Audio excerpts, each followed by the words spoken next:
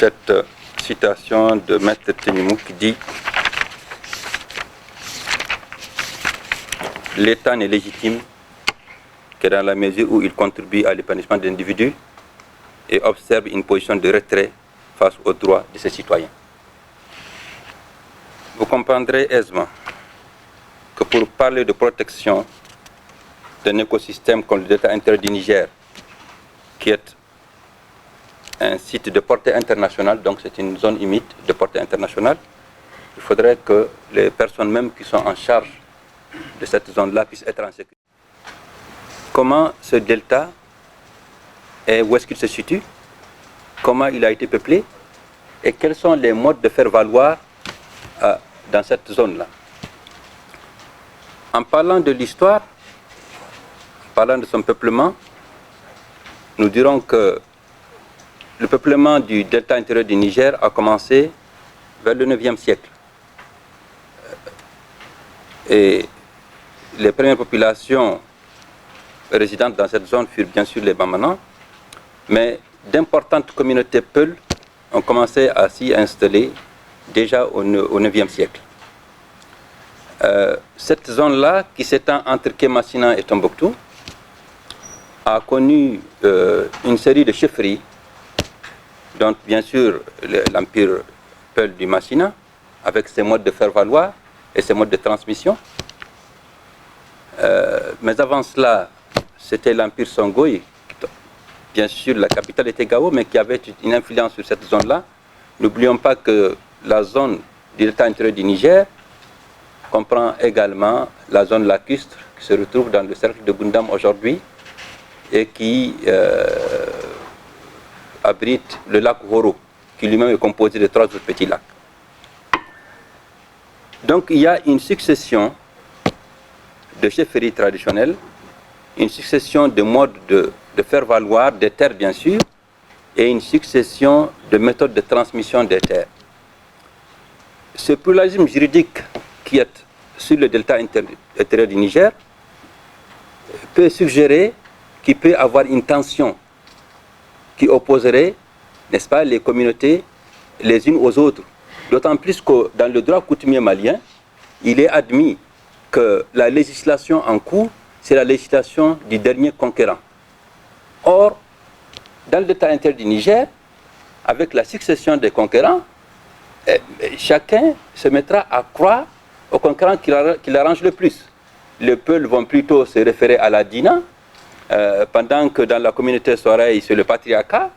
Et les Touaregs, chez eux aussi, qui ont aussi occupé une partie de ce delta-là, de ce delta intérieur du Niger, ont également leur mode de transmission. Mais ce que toutes ces communautés ont en commun, c'est l'islam. C'est l'islam. Et l'institution judiciaire de l'islam, c'est le Qadi. C'est le Qadi. Et le Qadi est souverainement reconnu par chacune de ces populations-là. Le delta intérieur du Niger, au recensement de 2007, si je ne m'abuse, est évalué à peu près à 1,5 million d'habitants. Mais je voudrais m'empresser pour dire que c'est une zone de portée internationale et de portée stratégique économique pour le Mali.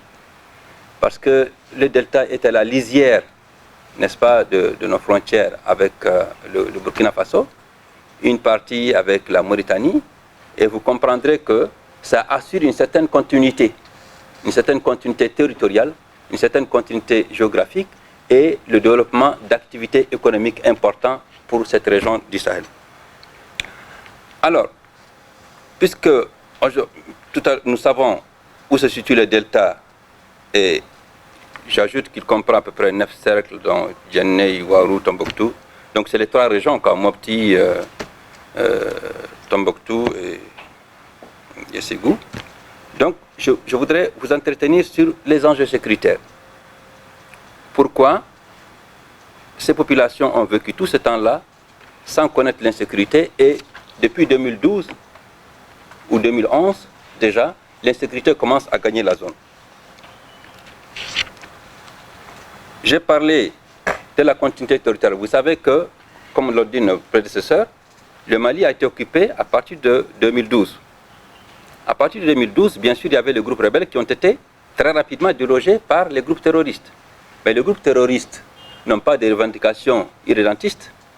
Le groupe terroriste veut un État islamique, en tout cas d'après ce qu'ils déclarent. Donc ce n'est pas des groupes qui sont venus, n'est-ce pas, pour juste se faire prévaloir d'un certain pouvoir, mais c'est des groupes qui sont là, en réalité, pour changer la nature de l'État.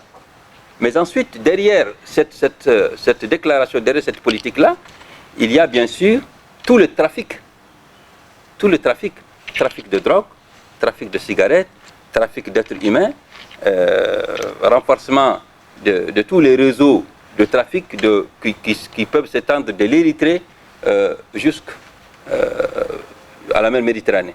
Donc, ils ont pour objectif principal, n'est-ce pas, de garantir une certaine continuité territoriale afin que leurs activités criminelles puissent se faire sans entrave. Ça, c'est la première chose qu'ils cherchent. Deuxième chose qu'ils cherchent, c'est la délégitimation de l'État. Faire en sorte que l'État soit délégitimé. Montrer aux populations que l'État dont ils veulent la protection ne peut pas les protéger. Que l'État dont ils veulent la distribution de la justice ne peut pas rendre justice.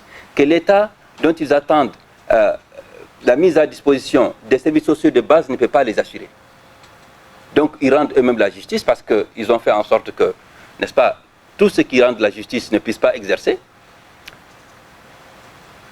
L'État ne peut plus administrer, donc c'est eux-mêmes qui sont là, qui décident de qui paye quoi. Il y a des impôts qui sont payés. Et ensuite, à travers cette occupation, ils arrivent aussi, n'est-ce pas, à s'offrir, ou en tout cas à se garantir, les routes de trafic économique. Donc, procéder par route, procéder par rançon, ainsi de suite. Donc, la continuité territoriale leur garantit également ces activités économiques prospères.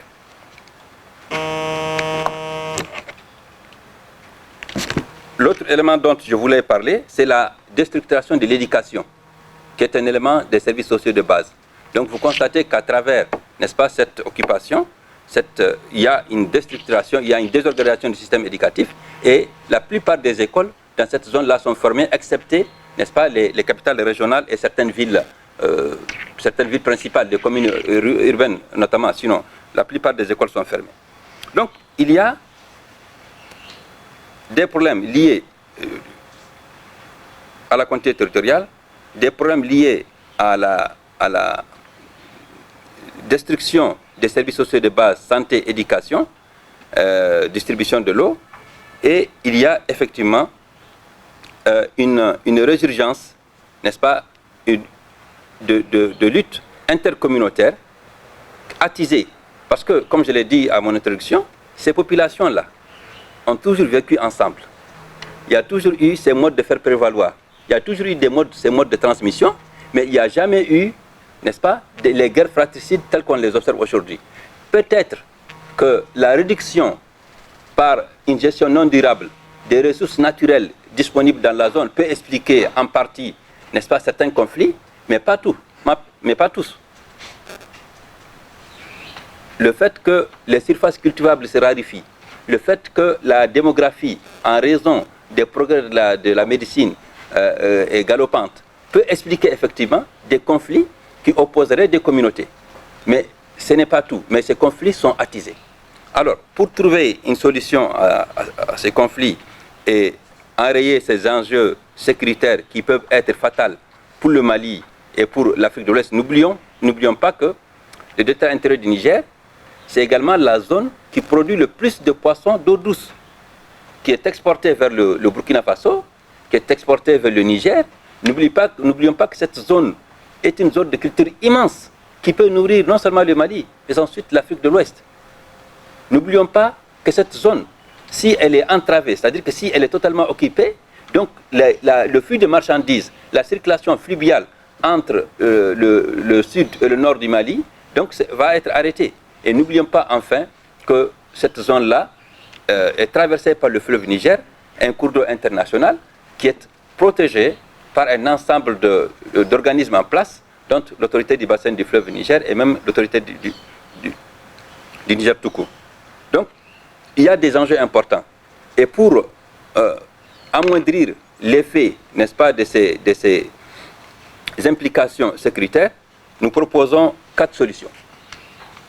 La première, c'est de pacifier. Pacifier quoi? Pacifier les relations entre les communautés riveraines. Parce que vous ne pourrez pas engager une lutte antiterroriste tant que vous n'avez pas les populations avec vous. Parce que les populations, et à ce sujet-là, peut-être que l'expérience algérienne de 1990 sur la défense civile, qui a été, d'accord, sur la défense civile, peut être envisagée. On n'a pas encore les résultats de l'expérience burkinabé, mais en tout cas, l'expérience algérienne a montré. Mais là, ça a besoin de populations très engagées. Impliquer les populations elles-mêmes dans leur défense. L'armée ne peut pas être mise devant chaque arrondissement, devant chaque personne. Ce n'est pas possible. Même l'armée américaine ne peut pas le faire. Engager des dialogues avec les groupes armés qui ne mettent pas en cause la laïcité de l'État, son intégrité et son unicité.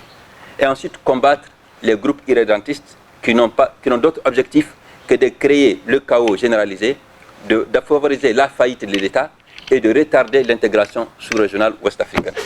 Je vous remercie.